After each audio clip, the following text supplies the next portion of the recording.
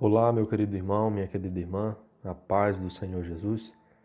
Gostaria de lhe convidar a meditar comigo num texto bíblico, Ezequiel capítulo 14 e o versículo 3. Vamos falar sobre o tema ídolos do coração. Filho do homem, estes homens levantaram seus ídolos no seu coração, e o tropeço da sua maldade puseram diante da sua face. Devo eu, de alguma maneira, ser interrogado por eles?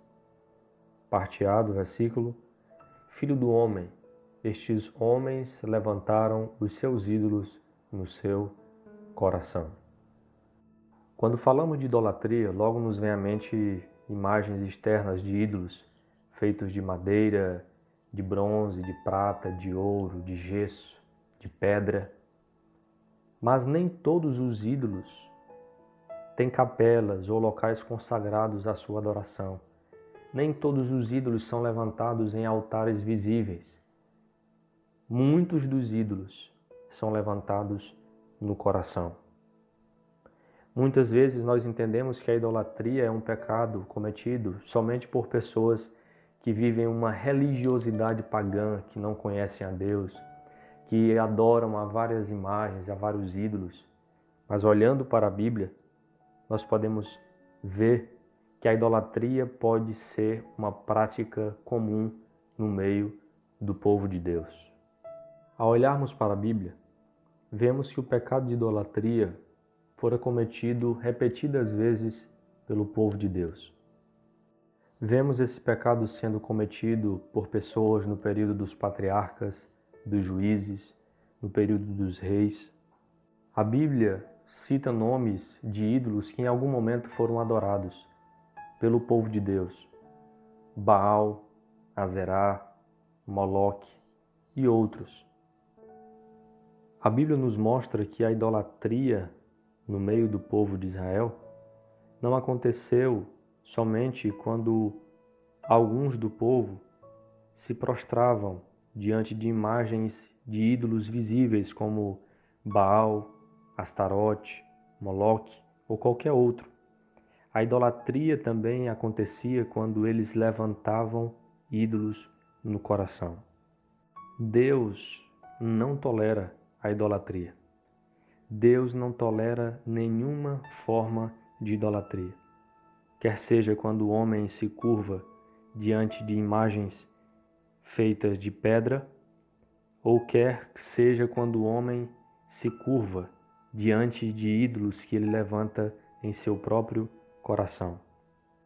No texto em que lemos, em Ezequiel 14, versículo 3, vemos que alguns anciãos de Israel foram até o profeta para buscarem de Deus alguma palavra, pois Deus não estava respondendo a eles.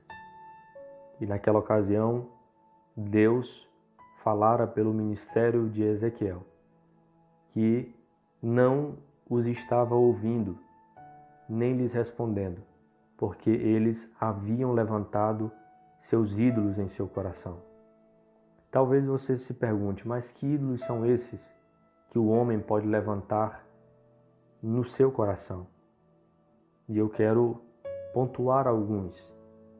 A Bíblia nos diz em Colossenses capítulo 3, versículo 5, mortificai, pois, os vossos membros que estão sobre a terra: a prostituição, a impureza, o apetite desordenado, a vil concupiscência e a avareza, que é idolatria. A avareza é uma forma de idolatria. Nós vivemos em uma sociedade avarenta, materialista, que vive uma busca desenfreada, desembestada pelo ter, pelas riquezas, por aquilo que é material, uma luta pelo acúmulo. A idolatria acontece quando colocamos as riquezas como nosso maior bem, como nosso maior objetivo, como aquilo que é mais importante em nossa vida. Devemos trabalhar, sonhar, buscar estabilidade financeira, mas jamais sermos avarentos. A avareza faz com que a pessoa levante a terra, as riquezas dessa terra como ídolos no seu coração.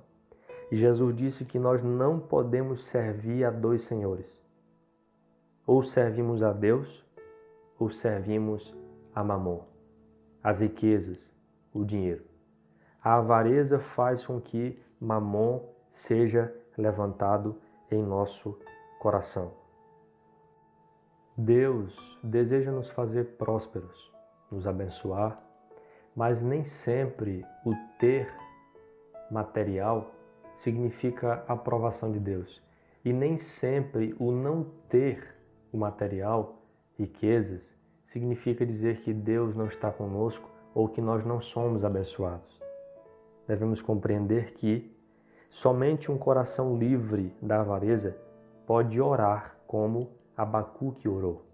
Ele disse: portanto, ainda que a figueira não floresça, nem haja fruto na vide, o produto da oliveira minta, e os campos não produzam mantimento, as ovelhas da malhada sejam arrebatadas, e nos currais não hajam vacas. Todavia, eu me alegrarei no Senhor e exultarei no Deus da minha salvação. O mundo também é um ídolo que pode ser levantado em nosso coração. Os anciãos que foram encontrar o profeta Ezequiel para buscarem de Deus uma palavra, não estavam sendo respondidos porque estavam levando uma vida desleal à palavra de Deus, uma vida pecaminosa. Se tentarmos viver uma vida amando a Deus e ao mesmo tempo amando o mundo, estaremos levantando o mundo como ídolo em nosso coração. O mundo é esse sistema pecaminoso fomentado e dirigido por Satanás. Idolatria, antes de tudo, está relacionada ao coração, aquilo que você ama, não somente a um ato de adoração ritualístico ou litúrgico. Deus referiu-se a Israel ou dirigiu-se a Israel em um momento utilizando essas palavras: esse povo me adora com os lábios, mas o coração está longe de mim. Muitas bocas estão cheias de palavras belas que se direcionam a Deus, mas são palavras da boca para fora. Porque, na verdade, o culto está acontecendo de verdade no coração.